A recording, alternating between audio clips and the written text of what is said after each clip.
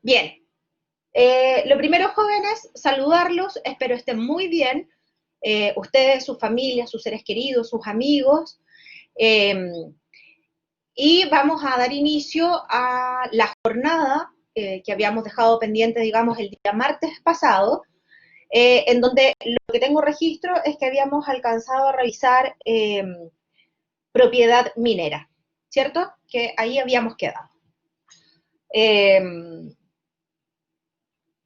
Pero antes debo pasar algunos anuncios de utilidad pública, así es que lo voy a dejar de hecho escrito. Muy recientemente me escribieron de las autoridades de la Facultad de Derecho de la sede de Concepción para informarme sobre las nuevas fechas de evaluaciones. Entonces ya tengo las evaluaciones correspondientes al segundo y tercer solemne y al recuperativo de este curso. Bien, entonces les comento que solemne 2 está fijada para el 24 de junio a las 12:30 horas. Lo estoy anotando, así es que para que después ustedes tomen registro, y entiendo que también queda en la plataforma registrado, porque estoy grabando la sesión. Luego, el segundo solemne corresponde al 10 de julio, y en este caso va a ser, perdón, me equivoqué, el 24 de junio a las 11 horas, y el 10 de julio a las 12:30 horas, ahí sí. Y luego el recuperativo se va a aplicar el 21 de julio a las 12:30 horas. Mentira, a las 11 horas.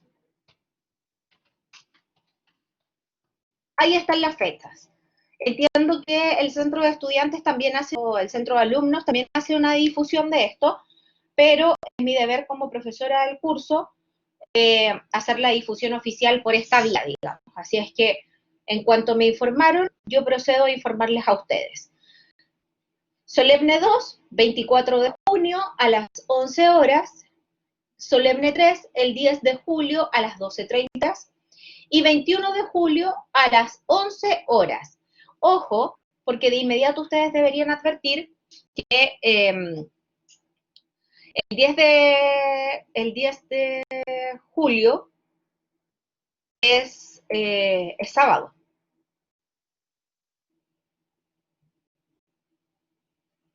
El segundo es el 24, no se preocupe, el 24 de junio a este mes a las 11 horas.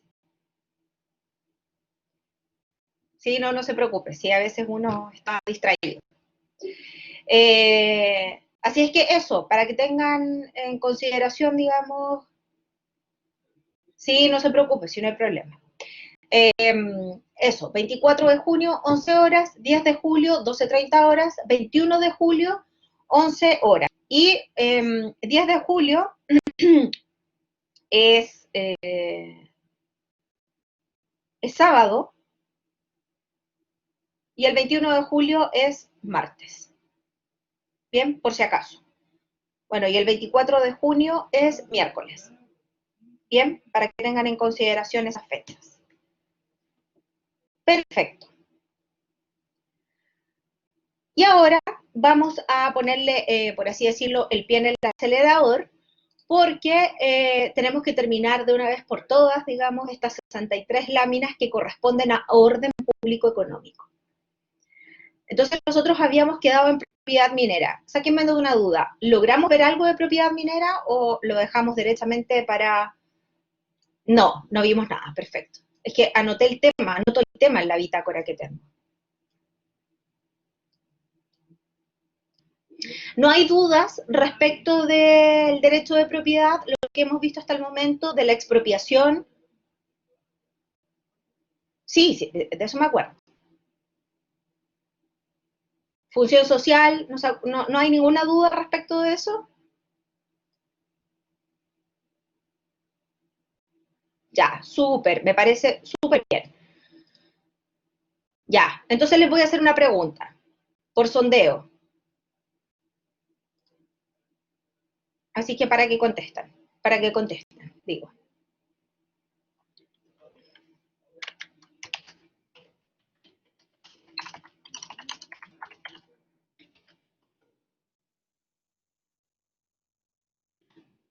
Listo. Ahí está la pregunta formulada. ¿Es la ley la que expropia?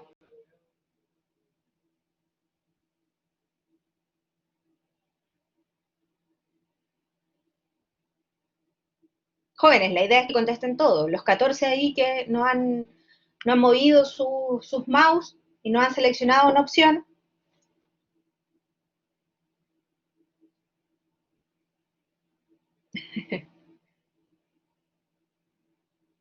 Ya, pero esa es, usted tiene que responder sí o no nomás, pues, Andrew.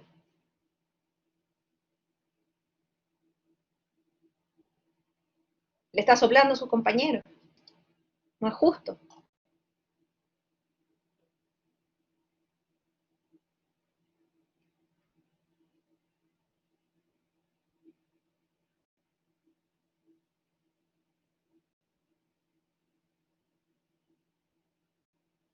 Ya, esos 6 sin respuesta, jóvenes.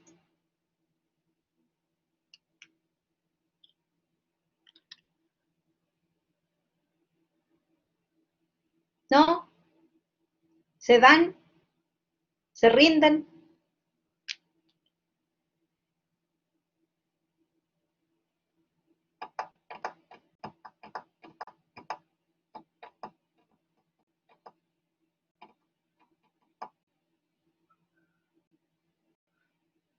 ¿Ya? No, hay 4 que directamente no van a responder, ¿no? Y además está aumentando el número. 5 sin respuesta. Ya, vamos a detener el sondeo. Me quedo tranquila con que a lo menos 6 personas tienen claridad en que no es la ley la que expropia. Muy bien. Y con eso vamos a hacer el breve repaso respecto de la expropiación. La expropiación entonces habíamos dicho que tiene tres fases esenciales, ¿verdad? Pero básicamente hay 2 que son de carácter seguro. La tercera es de carácter eventual, ¿cierto? Habíamos dicho que la ley es la que va a determinar y va a calificar la expropiación, es decir, va a autorizar al Estado para que expropie, y por otro lado va a dar las calificaciones propias, ya sea por utilidad pública o interés nacional, digamos, interés general, la posibilidad de que eventualmente se efectúe la expropiación. ¿Bien? Y luego de eso pasan a la etapa administrativa, en donde es un órgano de carácter administrativo el que hace las gestiones, el que finalmente hace las gestiones de pago, el dinero evidentemente sale del fisco, pero él es el órgano administrativo el que hace esas gestiones y el que finalmente ejecuta el acto expropiatorio, que es de naturaleza administrativa, ¿ya? Entonces, básicamente, tal como decía Andrew, en realidad la ley autoriza a la expropiación, ¿verdad? Y a través del texto legal establece cuáles son las calificaciones, cuál es el fundamento para realizar esa expropiación, pero no expropia. El que expropia es en la fase administrativa y es el órgano de la administración que se va a encargar de realizar propiamente tal la expropiación en sí. ¿Bien? Bien, eso muy claro. Y luego vamos a pasar a esa fase eventual, digamos, cuando no exista acuerdo, digamos, en el precio que se debe pagar de la expropiación. ¿Ya? Pero es únicamente en esa circunstancia y no en otra, ¿ya? Y por eso se dice que es eventual, porque puede ser que las partes se pongan de acuerdo y no haya ningún inconveniente y se realice la expropiación y todos muy felices y contentos. ¿Bien? Ahora, eh, vamos a pasar a la propiedad minera. Y en este sentido, yo los voy a invitar a revisar su constitución en el artículo 19, número 24, de los incisos cuarto, me parece, cuarto y siguientes, habla precisamente de manera bastante extensa la Constitución sobre la propiedad minera. básicamente vamos a ver que la Constitución reconoce que el Estado es el dueño único, absoluto, inalienable e imprescriptible, digamos, de todos los yacimientos mineros. De hecho, lo dice en estos términos. El Estado tiene el dominio absoluto, exclusivo, inalienable e imprescriptible de todas las minas, comprendiéndose en estas las covaderas, las arenas metalíferas, los salares, los depósitos de carbón e hidrocarburos y las demás sustancias fósiles que, con excepción de las arcillas superficiales,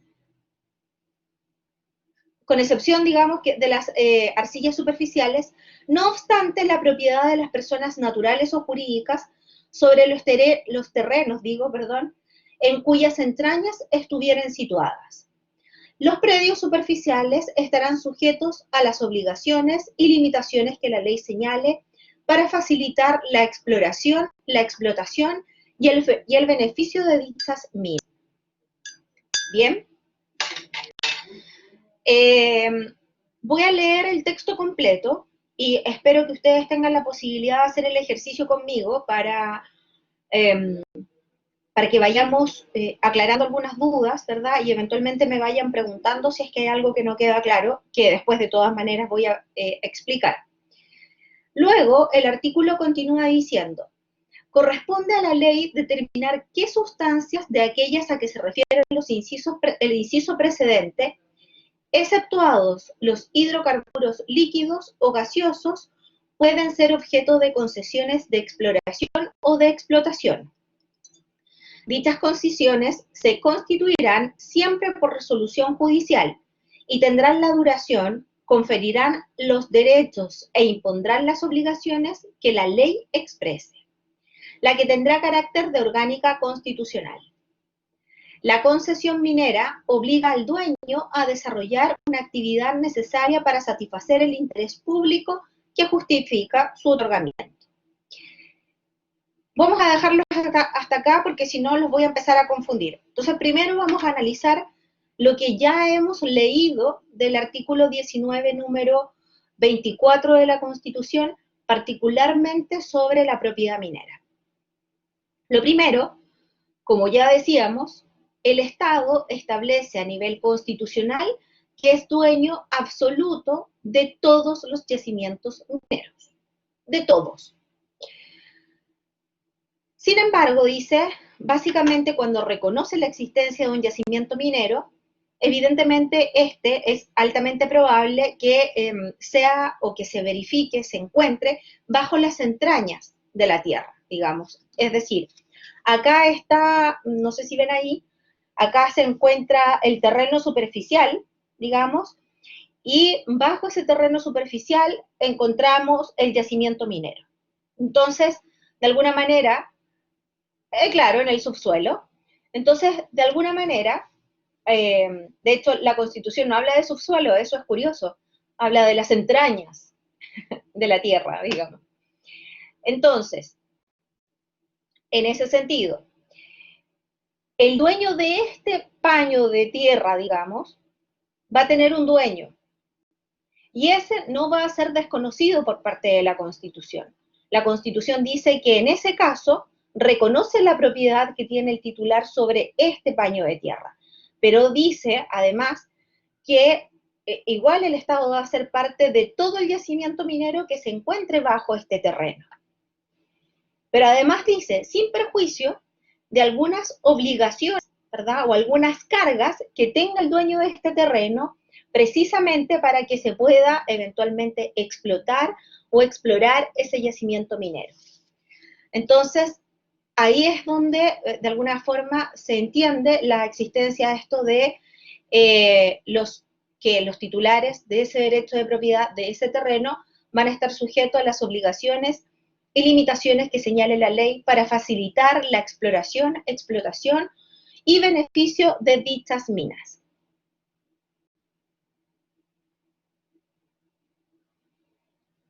Uf.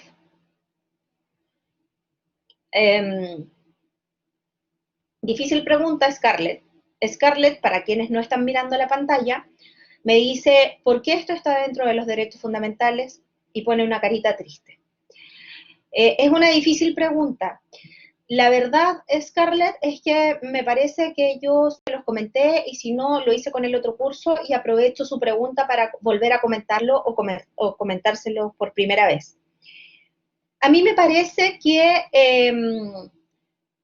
la existencia de una regulación tan robusta en términos de derechos fundamentales ligados a los derechos patrimoniales, económicos, ¿verdad? Es decir, todo este capítulo que hemos visto sobre orden público económico, artículo 19-20 en adelante, está regulado acá precisamente por el contexto histórico anterior que significó la creación de esta nueva constitución. De esta nueva constitución, entendiendo que es la vigente, la constitución del 80. Porque recuerde que veníamos digo veníamos, yo todavía no nacía, para que crean que soy tan mayor, pero Chile venía de un gobierno comunista, digamos, después de, exacto, de un modelo comunista en donde habían realizado ciertas reformas que apostaban a la ayuda económica, digamos, de ciertos sectores, por ejemplo, el sector agrícola, con la famosa reforma agraria, en donde de alguna manera se habían hecho adecuaciones en las propiedades de ciertos terrenos, ¿verdad?, para entregarle a personas de menores recursos.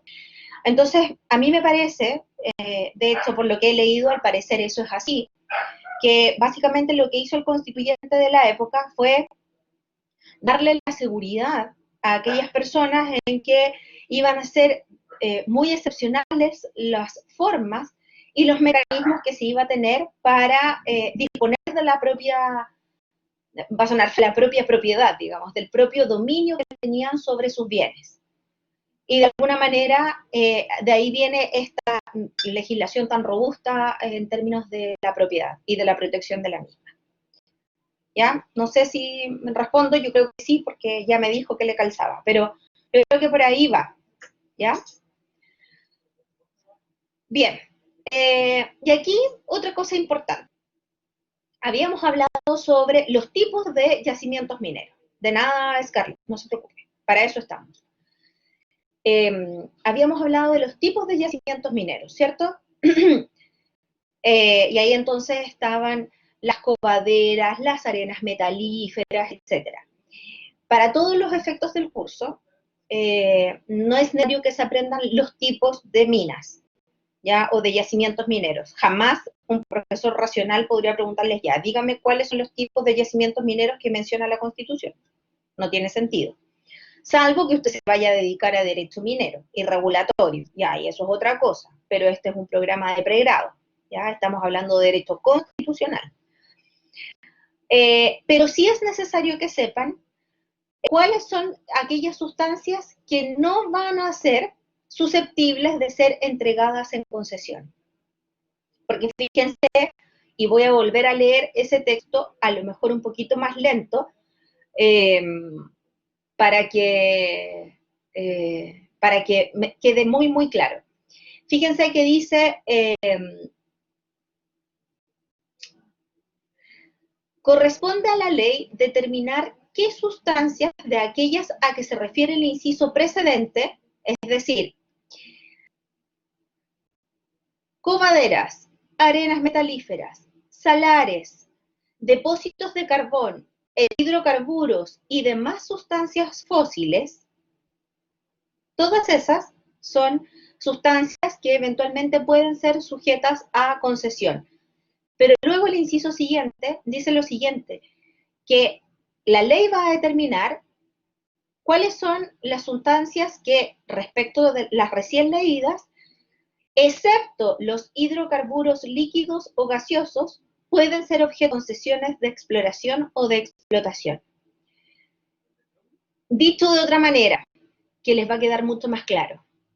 La Constitución dice que todas las sustancias van a ser sujetas a concesiones de exploración o de explotación hacia los particulares, personas naturales o personas jurídicas, salvo los hidrocarburos líquidos o gaseosos. Esos no van a poder ser sujetos de exploración o de explotación.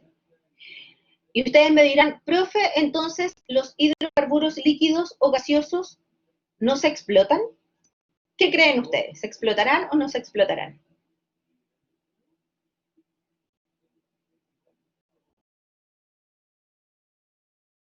¿Creen que se explotan?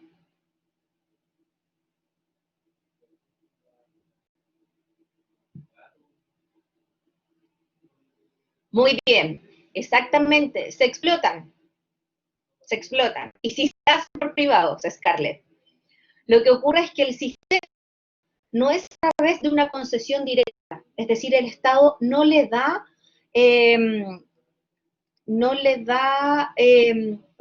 otorga una concesión directa a un privado, ya sea, insisto, una persona natural o jurídica, sino que en realidad suscribe contrato con ese particular, a fin de hacer esa exploración o esa explotación de esas sustancias, de los hidrocarburos líquidos o gaseosos. Y aquí se los voy a comentar. Dichas concesiones, digamos, cuando son, de aquellos que sí se puede otorgar concesiones mineras, dice, deben estar constituidas siempre por resolución judicial y tendrán la duración, conferirán los derechos e impondrán las obligaciones que la ley exprese, la que tendrá el carácter de orgánica constitucional. Y bueno, ahí establece, digamos, una forma de un régimen especial que van a tener las concesiones, que lo vamos a ver más adelante. Pero a propósito de los hidrocarburos líquidos o gaseosos, y los voy a marcar acá, con naranjo, a propósito de los hidrocarburos líquidos o gaseosos, la pregunta que les hacía, ¿cómo se explotan? Y se explotan de la siguiente forma, que también lo regula el artículo 19, número 24. Dice, la exploración, la explotación o el beneficio de los yacimientos que contengan, sustancias no susceptibles de concesión, es decir, hidrocarburos líquidos o gaseosos, podrán ejecutarse directamente por el Estado o por sus empresas. Y ojo con esto, Scarlett, para que tenga atención, digamos, con lo que me decía, o por medio de concesiones administrativas o de contratos especiales de operación, con los requisitos y bajo las condiciones que el presidente de la República fije a cada caso por decreto supremo.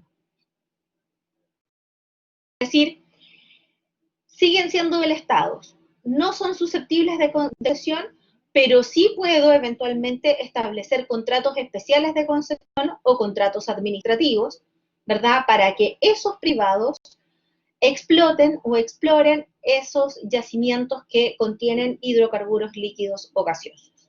O eventualmente lo puede hacer el Estado de manera directa o a través de sus empresas. ¿Se entiende? Es importante que esto se entienda porque esto sí puede ser preguntado, ¿ya?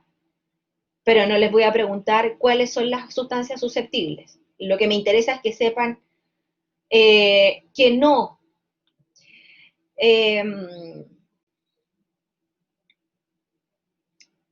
Un ejemplo de eso, la verdad es que no sé qué ejemplo podría ser a través de un contrato de concesión, un contrato especial administrativo. No se me ocurre, la verdad, Scarlett. Le podría decir la próxima clase. Voy a buscar un ejemplo. ¿Ya? O podemos buscar de inmediato.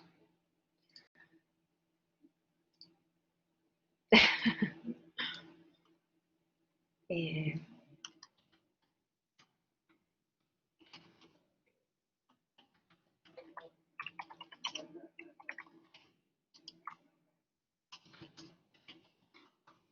Veamos.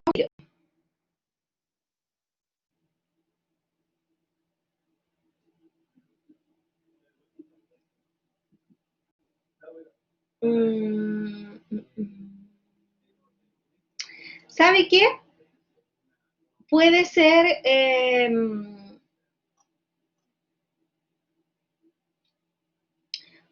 no sé si es así, Scarlett, pero piensa en lo siguiente, que, que los hidrocarburos líquidos o gaseosos son aquellas sustancias que son de, de ebullición, o sea, no de ebullición, que son aquellos generadores de energía, digamos, que pueden eventualmente, por ejemplo, quemarse, incendiarse, como son, por ejemplo, el gas y el petróleo. Y en ese sentido, bueno, Chile no tiene mucha historia, digamos, de ese tipo de minerales, digamos, de yacimientos. Pero cualquier yacimiento en donde, por ejemplo, exista gas o exista petróleo, podría ser sujeto, digamos, a este tipo de regulación. ¿Ya? Bien, continuamos.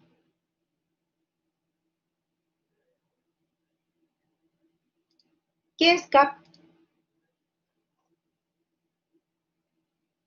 Scarlett? ¿Qué es CAP?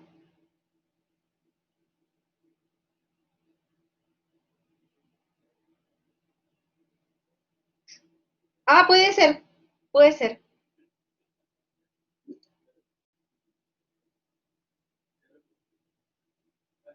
Ah, ya, no, no sabía.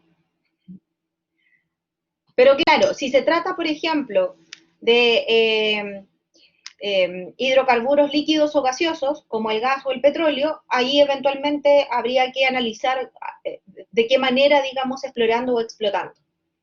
Porque si es así, es a través de alguno de esos mecanismos y no a través de una concesión. Es decir, contratos especiales, concesiones administrativas o contratos especiales de operación. ¿Ya? Gracias, Benjamín, porque no tenía idea. Así que todos los días se aprende algo nuevo. Bien, a propósito de la propiedad minera, fíjense que, bueno, lo que ustedes están viendo en la lámina es básicamente un resumen. Es decir, la constitución es bastante más, es más específica al regularlo. La ley orgánica entonces debe establecer la duración de la concesión, las obligaciones que ésta va a originar y el régimen de amparo de la misma. Es decir, de alguna forma, eh, cuáles van a ser las normas aplicables en la relación que exista entre el concesionario de este yacimiento minero y el Estado propiamente tal. Bien, y además, dentro de las obligaciones que origina la entrega de esa concesión, va a obligar al dueño, ojo, al dueño de la concesión, ¿ya? Esta es la misma lógica, el mismo sentido que nosotros teníamos cuando hablábamos del derecho de aprovechamiento de las aguas. No estábamos hablando de que la persona tenía el derecho a las aguas directamente, sino que en realidad lo que tiene es un derecho de aprovechamiento de las aguas, ¿ya? Y es dueño de ese derecho real, pero no es dueño del agua, es dueño del derecho real de aprovechamiento de las aguas. Aquí es lo mismo. El concesionario, digamos, no es el dueño del yacimiento minero. Aquella persona natural o jurídica que se adjudicó la concesión es dueño de los derechos de propiedad respecto de la concesión, no respecto del yacimiento minero. ¿Se entiende?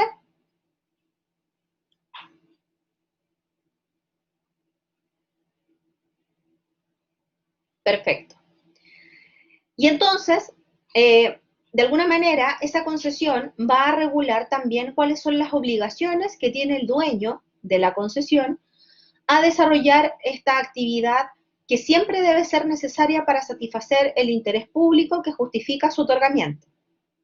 Por ejemplo, se ha adjudicado una persona una concesión para explorar digamos, el yacimiento minero, no puede en caso alguno empezar con la explotación del yacimiento minero. La exploración es con fines científicos, de aprendizaje, ¿verdad?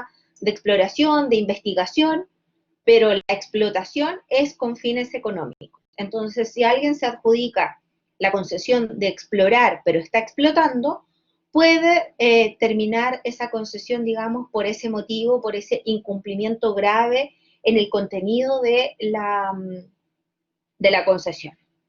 ¿Bien? Ahora bien, y aquí vamos a reforzar la idea que yo ya les había comentado, la exploración, la explotación y el beneficio de los yacimientos que tengan eventualmente sustancias no susceptibles de concesión, es decir, hidrocarburos líquidos o gaseosos, se podrán ejecutar directamente por el Estado o por sus organismos en la forma que señala la Constitución. Como les decía, directamente a través de contratos administrativos, a través de contratos especiales de operación, en donde, digamos, los particulares pueden ejecutar estas actividades de exploración o explotación de esos yacimientos mineros, ¿verdad? Porque esos no son sujetos a concesión. Y bueno, también el titular de la concesión minera, es decir, el dueño de la concesión minera, el que detenta el derecho de propiedad sobre la concesión minera, evidentemente va a estar protegido por la garantía constitucional del 19 número 24. Es decir, va a poder recurrir, por ejemplo, a un tribunal de justicia por la vía de una acción de protección, por ejemplo, con la finalidad de que se le proteja y se le reconozca este derecho de manera íntegra. Bien, entonces, voy a leer, digamos, e ir explicando algunas cosas que no se encuentran incluidas en la lámina, pero que de todas maneras están en el texto constitucional. Lo primero, entonces, como les decía, que el dueño debe necesariamente cumplir con las obligaciones propias que derivan de la concesión que se ha adjudicado. Y el régimen de amparo será establecido por... A ver, Benjamín, consulta lo siguiente. Si un privado quiere explotar minerales, pero el dueño del predio, parte superficial en donde están los minerales, es otro privado, ¿cómo funciona ahí la concesión? ¿Y se paga también servidumbre? Ya, es una muy buena pregunta, precisamente por lo que hablábamos al principio. Digamos que la Constitución reconoce que el Estado es dueño absoluto de los yacimientos mineros, pero eso no significa que sea dueño también de las arenas superficiales o del terreno superficial en donde estos se encuentran. Ahí, ¿qué es lo que ocurre? Normalmente, y va a depender, digamos, de qué tan agresivo o qué tan profundo sea, claro, qué tan invasivo sea la exploración o la explotación de un yacimiento minero, tiene una casa arriba, digamos, un terreno de otro privado. Por regla general, se intenta que la persona que se adjudica la concesión utilice mecanismos poco invasivos para la realización de esta exploración o de esta explotación. Pero evidentemente debe entrar predio al lugar de alguna forma, digamos. Entonces ahí se establecen, como bien dice usted, servidumbres, en donde hay servidumbres activas que de alguna manera restringen el derecho de la otra persona y ahí evidentemente existen pagos de por medio de esta persona. Esa reglamentación es de carácter privado y no tiene que ver con la concesión, con la entrega de la concesión. ¿Ya? Y ahí, claro, como usted dice, si es súper invasivo, más vale comprar el predio, digamos, y bueno, vaya, imagínese, tiene un yacimiento de oro ahí, bueno, hago su casa y váyase, y ahí exploto con tranquilidad, digamos. Pero de lo contrario, si es que es posible hacer una explotación menos invasiva, se constituyen servidumbres, digamos, o algún otro tipo de servidumbres de paso, ¿verdad? Servidumbres que finalmente permanezcan activas para que la persona pueda concretar la explotación o la exploración. Bien, esto son otras cosas que, como les digo, muy latamente regula el poder constituyente en el artículo 19, número 24. Continúa diciendo, su régimen de amparo será establecido por dicha ley, es decir, lo que decíamos, la ley orgánica constitucional, y tenderá directa o indirectamente a obtener el cumplimiento de esa obligación y contemplará causales de caducidad para el caso de incumplimiento o de simple extinción del dominio sobre la concesión. En todo caso, dichas causales y sus efectos deben estar establecidos al momento de otorgarse la concesión. De alguna manera, entonces, la entrega de la concesión, tal como dice el primer punto de la lámina, ¿verdad? Va a establecer cuánto va a durar la concesión, cuáles son las obligaciones y cuál es el régimen de amparo, que ya veíamos es una ley orgánica constitucional. Pero no solamente eso, sino que además deben estar necesariamente establecidas estos criterios porque luego, así como en el derecho las cosas se deshacen de la misma forma que se hicieron, tiene que ser evaluado necesariamente por un juez, ¿verdad? Dado que las concesiones están determinadas, digamos, y entregadas a través de una resolución judicial, para yo, Estado, digamos, acreditar que una persona no cumplió con su obligación, tengo la obligación de demandarlo para acreditar ante un juez de que efectivamente hubo un incumplimiento en las obligaciones que emanan de esa concesión. Bien. Y esto, lo que el inciso que viene ratifica lo que yo les digo. Dice, será de competencia exclusiva de los tribunales ordinarios de justicia declarar la extinción de tales concesiones. Las controversias que se produzcan respecto a la caducidad o extinción del dominio sobre la concesión serán resueltas por ellos, es decir, por los tribunales ordinarios de justicia. Y en caso de caducidad, el afectado podrá requerir de la justicia la declaración de subsistencia de su derecho. Bien, entonces de alguna manera, insisto, eso ratifica que en derecho las cosas se deshacen de la misma forma en la que se hicieron.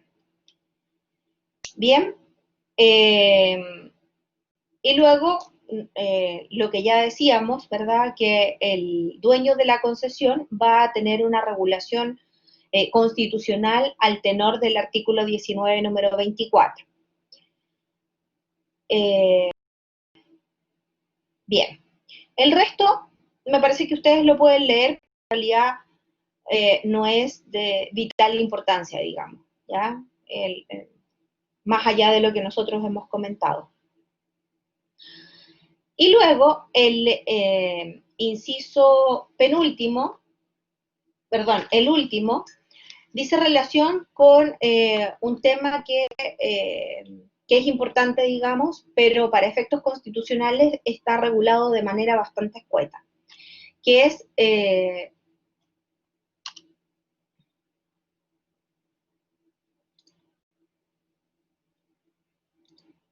ahí sí, que habla sobre la propiedad, del derecho de propiedad sobre las aguas. Y lo hace en el siguiente término. Dice, los derechos de los particulares sobre las aguas,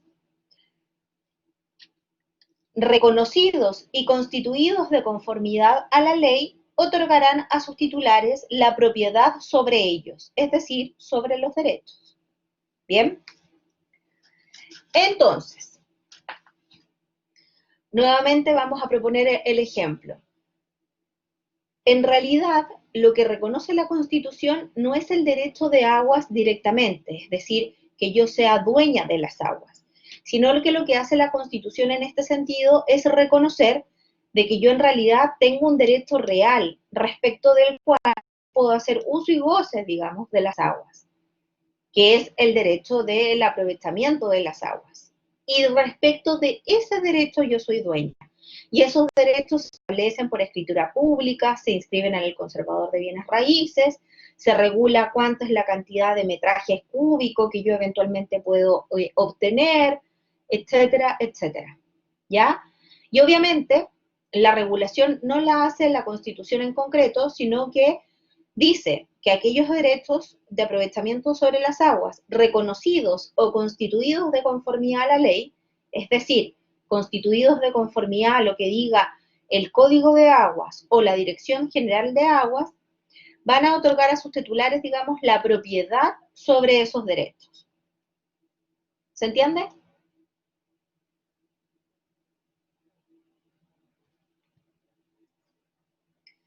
Súper bien. Entonces, si yo en la prueba les pregunto que si es que hay una persona que es dueña de las aguas y que está exigiendo su reconocimiento en un tribunal de justicia, ¿eso es verdadero o falso?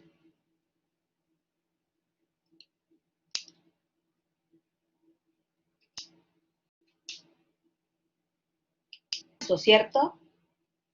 Falso, porque en realidad no hay un titular sobre las aguas. Lo que usted tiene es el derecho real de aprovechamiento de las aguas. Y no tiene, usted no es dueño, nadie es dueño de las aguas propiamente tal. ¿Se entiende? Bien. Y ahora, con esto entiendo que, ay, iba a cambiarme de lámina, está donde mismo. Y con esto nos vamos a cambiar de numeral. Y espero el día de hoy alcanzar a terminar esto para poder avanzar sobre acciones constitucionales, que es lo que continúa en el programa. Fíjese en lo siguiente.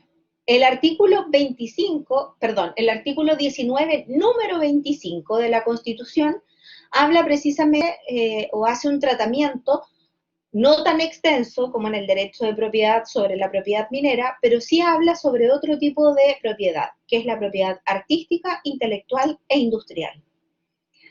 ¿Cuáles son los antecedentes propios de esta consagración de carácter constitucional? Lo primero es, evidentemente, fenómenos que han sido masivos, digamos, y que nuestro país no ha quedado exento ni ajeno a ellos. Principalmente la globalización, digamos. La evolución de las tecnologías de la información y de la comunicación han hecho que básicamente la información esté a un clic, digamos, o a un enter, y eso ha significado, digamos, una explotación importante, digamos, de los conocimientos y de la propiedad, tanto artística, intelectual como industrial. Y además, porque básicamente ha habido una transformación propia del concepto de propiedad. Ahora no basta con decir, mire, yo soy dueña de este tazón porque yo lo adquirí por algún medio, por algún modo de adquirir el dominio, que me reconoce la ley, sino que además se reconoce también la lógica de ser el autor, digamos, de una obra o de una marca, de un proceso, de cualquier elemento que nazca de la nada y que evidentemente el autor de la obra, digamos, o de esa propiedad, es dueño de la misma. Entonces, esos son los antecedentes básicamente por los cuales podríamos señalar la existencia y la consagración de esta acción a propósito de una reforma de adición, porque en la Constitución del 80 esto no estaba, digamos. Bien, ahora, ¿cuáles van a ser o quiénes son los titulares de esta acción? O sea, de este derecho, digo. Obviamente, todas las personas naturales o jurídicas, también pueden ser las personas nacionales o eventualmente extranjeras, y también pueden ser los menores de edad, fíjense, si se trata de una propiedad de carácter artístico.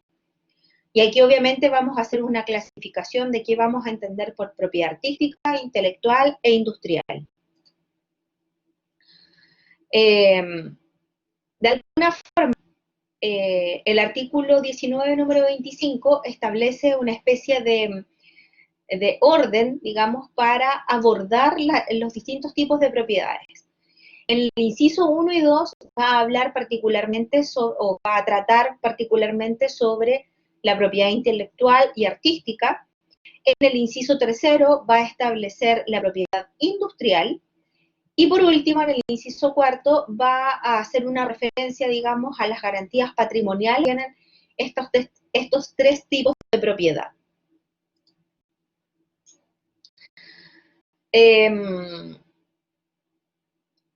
¿Qué es lo que dice la Constitución? ¿Cuál es el núcleo esencial de este derecho? Dice el artículo 19, número 25. La Constitución asegura a todas las personas, 25, la libertad de crear y difundir las artes, así como el derecho del autor sobre sus creaciones intelectuales y artísticas, de cualquier especie, por el tiempo que la ley, que señale la ley, digo, y que no será inferior al de la vida del titular. Bien. Luego continúa diciendo, el derecho de autor compra la propiedad de las obras y otros derechos, como la paternidad, la edición y la integridad de la obra. Todo ello en conformidad a la ley. Bien. Y luego, finalmente, dice, a propósito de las propiedades, habla, digamos, hace mención a la propiedad industrial y dice, se garantiza también la propiedad industrial sobre las patentes de invención, las marcas comerciales, los modelos, los procesos tecnológicos y otras creaciones análogas por el tiempo que establezca la ley. Y finalmente, continúa diciendo a propósito de esta lámina que yo les estaba mostrando, las garantías patrimoniales, dice, será aplicable a la propiedad de las creaciones intelectuales y artísticas y a la propiedad industrial lo prescrito en los incisos segundo, tercero, cuarto y quinto del número anterior. Es decir, todas aquellas limitaciones o restricciones, ¿verdad?, que se hacen o bien a propósito de la función social o a propósito de la expropiación, son aplicables también en el caso de la propiedad artística, intelectual e industrial. ¿Bien? Ahora, básicamente el establecimiento de esta categoría, este numeral, y en consecuencia de estos tipos de propiedad artística, intelectual e industrial, como les decía, son recientes. Es una incorporación que se hizo a través de una reforma constitucional del año 2001 que permitió la consagración a nivel constitucional de este tipo de propiedad. Y esa reforma constitucional respondió también a la eliminación de la censura previa a la que nos había sentenciado la Corte Americana de Derechos Humanos a propósito del juicio de la última tentación de Cristo.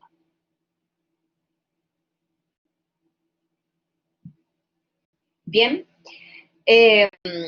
entonces, obviamente, desde el punto de vista de la consagración constitucional, se vincula también con otros derechos fundamentales, ¿verdad? Obviamente, con la libertad de pensamiento, con la libertad de expresión que ustedes estudiaron en el artículo 19, número 12, con el profesor Arroyo, también con la libertad de enseñanza y con el derecho de educación, para que no desvinculen, digamos, estas dos materias.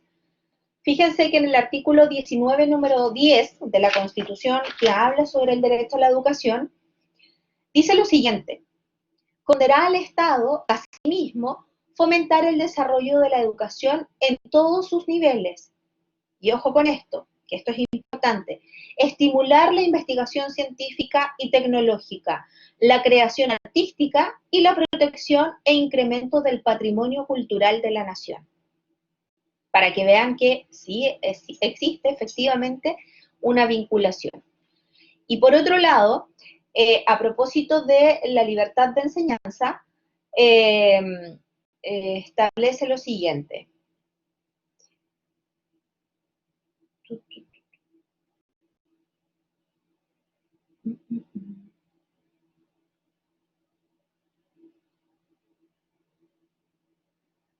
básicamente a propósito de que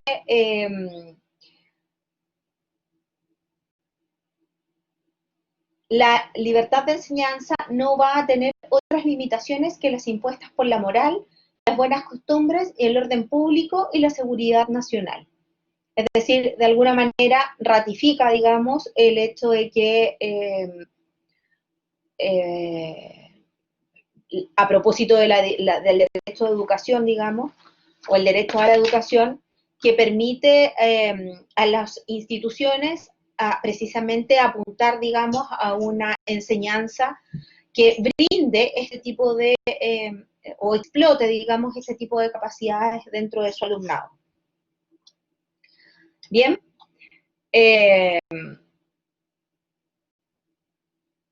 Y bueno, como decíamos, eso está vinculado precisamente con lo que dice el artículo 19 número 10, inciso 6, a propósito, digamos, de la producción y el aumento del patrimonio cultural de la nación. Bien, ahora, son tres tipos, digamos, de propiedades que reconoce la Constitución en el número 25 del artículo 19. Hablábamos del primero, la propiedad intelectual y artística. Cuando hablamos de la propiedad artística, obviamente hacemos mención y referencia explícitamente, digamos, al concepto de artes. Y vamos a entender el concepto de artes básicamente como una expresión general de la belleza y que de alguna manera va a estar más bien vinculada en la pintura, la escultura, la música y otras expresiones artísticas.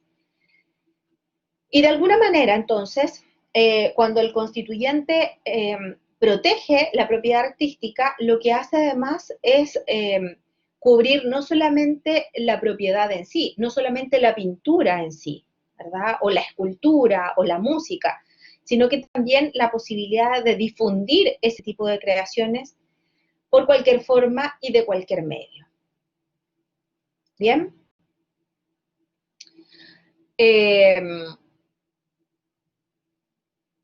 Por otro lado, también tenemos que establecer que respecto de la propiedad intelectual, ¿qué es lo que hace? Protege el derecho del autor sobre ese tipo de creaciones, tanto de carácter artístico, ¿verdad?, como intelectual. Y en ese sentido, entonces, respecto de la propiedad intelectual, se debe distinguir. En el caso del derecho de autor sobre creaciones intelectuales y artísticas de cualquier especie, se va a reconocer ese derecho que tiene este titular,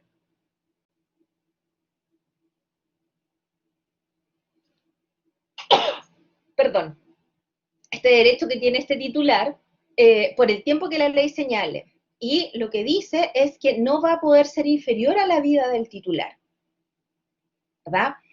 Cuando hablamos del derecho de autor, comprende,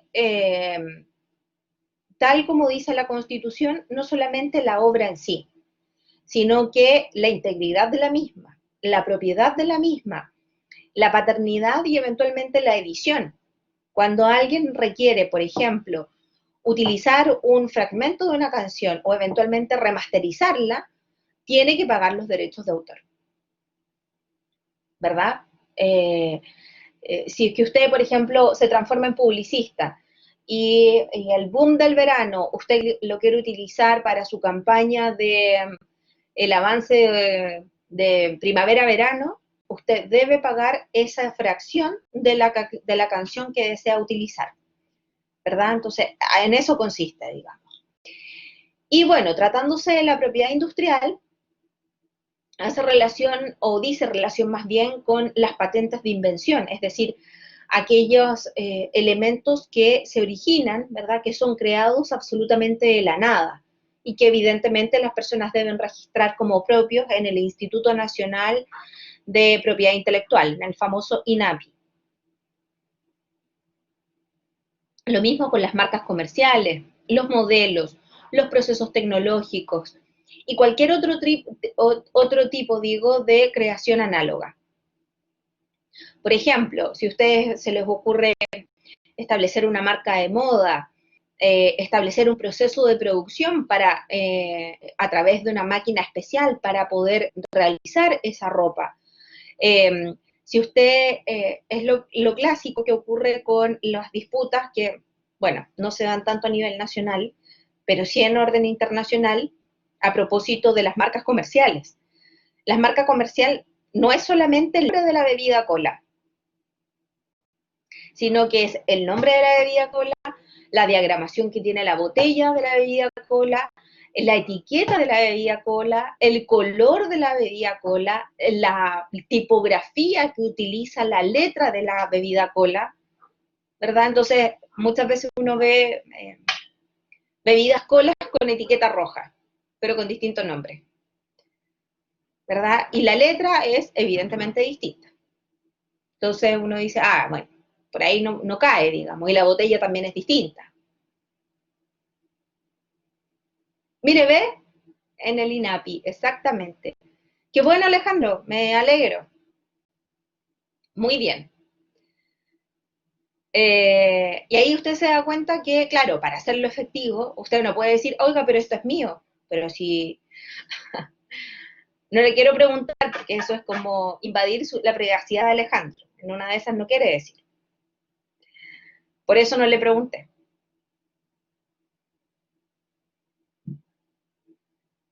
Entonces, ahí es donde uno evidencia, claro.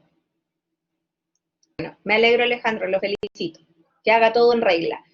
Y ahí evidentemente uno se da cuenta que dice, ahí recién puede hacer inoponible esto, eh, y, eh, y puede eventualmente decirle, oiga, no, usted no puede usar esto o me tiene que pagar los derechos o eventualmente tiene que cambiarlo, porque tal como dice Alejandro, este es un logo, esto es una marca comercial, no solamente el nombre, eso son los colores, la tipografía, todo lo que viene asociado a esta marca comercial. ¿Bien? Eh, y ahí va a durar en ese caso lo que se encuentra registrado, digamos, que eso eventualmente se puede ir actualizando. Pero a propósito de la propiedad industrial, Alejandro, usted lo habrá registrado por 10 años, 15 años, o no tiene, no sabe, no se acuerda. 10 años, ¿ves? Si normalmente son esos los criterios, va a depender si es una patente de invención, son 15 años, me parece, renovables. Si es una, mire, si es una marca comercial, se hace por 10 años, me parece renovables, y así sucesivamente. Buena pregunta, Benjamín. Sí es heredable. Sí es heredable. La intelectual y artística es heredable eh, hasta por 70 años después de fallecido el autor. Y acá está la línea. Fíjese que la propiedad intelectual dura por toda la vida del autor y se extiende hasta por 70 años más, contados desde la fecha de su nacimiento, de su fallecimiento, digo. De hecho, lo voy a decir muy coloquialmente, pero no sé si recuerdan cuando falleció Nicanor Parra, que la familia se empezó, como dicen coloquialmente, insisto, se empezaron a agarrar de las mechas por quién se iba a hacer cargo de las cosas de Nicanor Parra, digamos, porque más allá de que, bueno, probablemente tenían recursos económicos, es la propiedad intelectual lo que vale, y que normalmente luego eso se transforma en museos, en obras de colección, que valen luego mucho dinero. Entonces, precisamente porque se resguarda, digamos, hasta la vida del autor intelectual o artístico y hasta por 70 años contados luego de su fallecimiento, y eso evidentemente beneficia directamente a los herederos. Bien, voy a retroceder con esto. ¿Qué vamos a entender por propiedad intelectual? Es decir, vamos a entender todas aquellas creaciones que han sido realizadas por primera vez y que son de carácter original, digamos, que no son copias, que no son extractos, sino que son absolutamente inéditas. Y en ese sentido, entonces, vamos a encontrar distintos, de hecho, yo creo que con la revolución de las tecnologías ya me quedé corta, pero ejemplos como los libros, los libretos, las grafías, las separatas, los papers, las adaptaciones radiales o televisivas, las obras musicales, teatrales, partituras, adaptaciones, interpretaciones o ejecuciones artísticas, programas computacionales, videojuegos, aplicaciones, plataformas de venta a través de Internet, etcétera. Todo eso es parte de la propiedad intelectual, ¿verdad? Pero, tal como lo hizo Alejandro, debe ser registrado en el INAPI, es decir, en el Instituto Nacional de Propiedad Intelectual.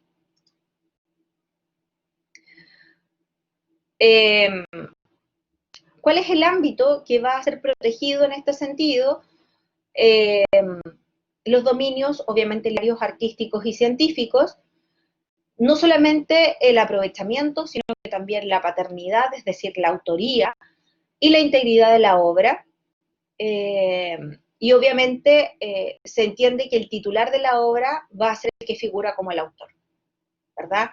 Y tal como le contestaba Benjamín hace unos minutos, vamos a entender entonces que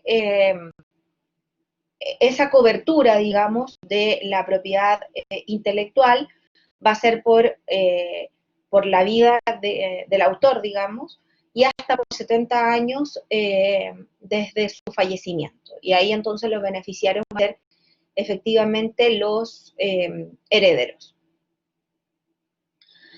Y ahora, básicamente ustedes me van a decir, profe, ¿y ya qué sentido tiene de que esto esté en la Constitución?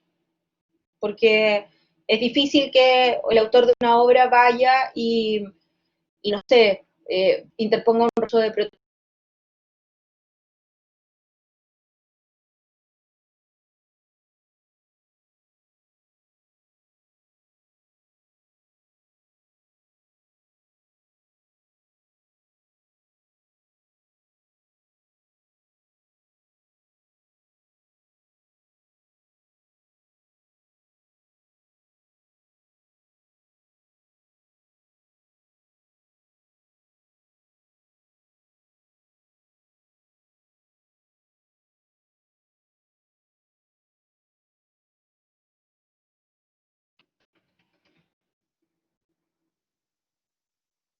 Ah, perfecto. Ahora sí, me estaba reconectando el sistema. Pero puede que me digan, bueno, no funciona tanto. Bueno, lo cierto es que, de alguna manera, esta consagración como un derecho fundamental que está vinculado con la libertad de pensamiento, la libertad de expresión, con el desarrollo, ¿verdad? Y el deber que tiene el Estado de contribuir al desarrollo intelectual, artístico y al robustecimiento del patrimonio cultural de nuestro país, evidentemente eso se circunscribe en términos de la propiedad intelectual, pero por otro lado también existen mecanismos, digamos, de sanción en la medida que esto se vea quebrantado. De alguna forma, entonces, lo que ocurre es que a través de la ley penal se ha establecido las sanciones para aquellas personas que infrinjan la propiedad intelectual eh, y de alguna manera, y yo lo digo casi riéndome de nosotros mismos, digamos de ustedes y de mí, yo creo que los estudiantes de Derecho somos secos para quebrantar la propiedad intelectual, ¿verdad? En el momento de que sacamos fotocopias y fotocopias, y de hecho los textos incluso de la editorial jurídica establecen en el margen, dice, la reproducción sin autorización de quebranta los derechos de autor y se encuentra, es un delito tipificado en la ley de propiedad intelectual, la número 17.336. Pero bueno, los libros son muy caros, los manuales son más caros todavía. Por eso saquen todo de Internet. Si está en Internet es porque el autor ha consentido en su distribución. Y en ese sentido, entonces, obviamente se encuentra tipificado porque lo que se está haciendo al momento de reproducir una obra intelectual sin el consentimiento del autor es precisamente hurtar el dominio intelectual o artístico. Y en ese sentido, entonces, la ley 17.336, que se encuentra destinada y que se llama de protección de la propiedad intelectual, tipifica algunos delitos de dominio, de hurto de dominio, digamos, intelectual, en los artículos 79, 80 y 81. Bien, y con eso terminamos, jóvenes. ¿Alguna duda?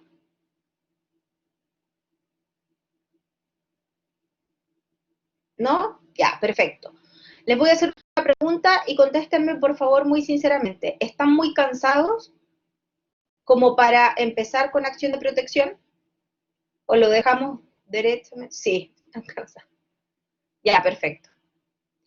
Ya, lo vamos a dejar hasta acá entonces, ¿ya? Porque la idea es que estén pendientes, que estén atentos, y yo sé que además están con semanas de evaluaciones, están con entregas de algunos certámenes, trabajos, así que lo vamos a dejar hasta acá y vamos a retomar el día lunes con lo que nos corresponde de acuerdo al programa, que es acción de protección. ¿Les parece? Así es que eso, chicos, que tengan excelente tarde, que estén muy bien, cuídense, cuiden a sus familias, aprovechen el fin de semana para estudiar y también para descansar. ¿Ya? Nos vemos la próxima semana. Cuídense, que estén muy bien. Hasta luego. De nada, no me agradezcan. Para eso estamos. Chao, cuídense, hasta luego. Chao, que estén muy bien.